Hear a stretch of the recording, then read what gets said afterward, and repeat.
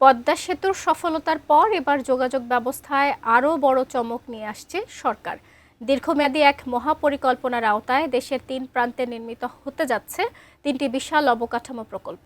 তবে ১২,৫৯,০০০ কোটি টাকার এই বিশাল বিনিয়োগ দেশের অর্থনীতিতে কতটা প্রভাব ফেলবে, বিস্তারিত জানাচ্ছেন ত্রিবেণী তনু।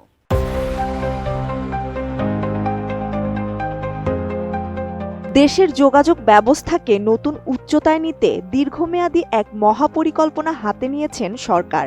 নির্বাচনী ইশতেহারের অংশ হিসেবে দেশের যোগাযোগ খাতে এক বৈপ্লবিক পরিবর্তনের রোডম্যাপ তৈরি করা হয়েছে। পরিকল্পনার কেন্দ্রে রয়েছে ৩টি বড় অবকাঠামো প্রকল্প, যেগুলো বাস্তবায়িত হলে দেশের সড়ক যোগাযোগ, পণ্য পরিবহন এবং আঞ্চলিক সংযোগে আমূল পরিবর্তন আসবে বলে মনে করছেন সংশ্লিষ্টরা।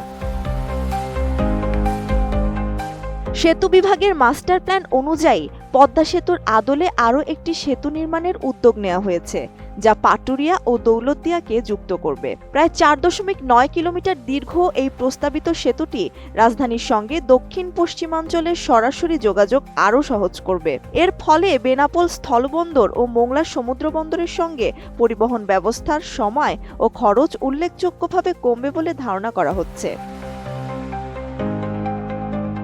নোভা এলইডি টিভি, ঝকঝকে ছবি, নিখুঁত শব্দ, ৫ বছরের ওয়ারেন্টি। নোভা মানি সঠিক মান, নিশ্চিত সেবা। অন্যদিকে উত্তরবঙ্গের প্রবেশদ্বার যমুনা সেতুর উপর চাপ কমাতে বিকল্প সেতু নির্মাণের পরিকল্পনা করা হয়েছে। বর্তমানে সেতুর সংযোগ সড়ক ৬ লেনে উন্নীত হলেও মূল সেতুটি ৪ লেনের হওয়ায় দীর্ঘ যানজট এখনও নিত্যনৈমিত্তিক। এই সংকট কাটাতে ২০৩৩ সালের মধ্যে যমুনার উপর দ্বিতীয় সেতু নির্মাণের লক্ষ্যে চলছে সম্ভাব্যতা যাচাই। সম্ভাব্য রুট হিসেবে রয়েছে বগুড়া জামালপুর কিংবা গাইবান্ধা দেওয়ানগঞ্জ করিডোর। মেগা প্রজেক্টের এই তালিকায় সবশেষ সংযোজন ঢাকা চট্টগ্রাম এক্সপ্রেসওয়ে। দেশের প্রধান বাণিজ্যিক এই করিডোরে প্রতিদিন ৩০,০০০-এর বেশি যানবাহন চলে। এই চাপ সামলাতে একটি আধুনিক উড়াল সড়ক বা এলিভেটেড এক্সপ্রেসওয়ে নির্মাণের পরিকল্পনা করছে সেতু বিভাগ। কর্মকর্তারা জানান, আমদানি রপ্তানি ও পণ্য পরিবহনে গতি আনতে এই এক্সপ্রেসওয়েকে দেশের পূর্ব পশ্চিমের সঙ্গে যুক্ত করা হবে। এই লক্ষ্যে এটিকে আউটার রিং সার্কুলারের মাধ্যমে মাওয়া এক্সপ্রেসওয়ের সঙ্গে সংযুক্ত করার মাস্টার প্ল্যানও সরকারের রয়েছে। পহেলা মার্চ সেতু বিভাগ ও অর্থ মন্ত্রণালয়ের মধ্যে অনুষ্ঠিত এক উচ্চ পর্যায়ের বৈঠকের নথি থেকে এই ৩ মেগা প্রজেক্টের তথ্য পাওয়া গিয়েছে। ২০২৬-২৭ অর্থ বছরের বাজেট প্রাক্কালন এবং পরবর্তী দুটি অর্থ বছরের সম্ভাব্য ব্যয়ের প্রক্ষেপণ নিয়ে আয়োজিত ওই বৈঠকে এই বৃহৎ প্রকল্পগুলোর সময়সীমা ও রূপরেখা নিয়ে বিস্তারিত আলোচনা করা হয়।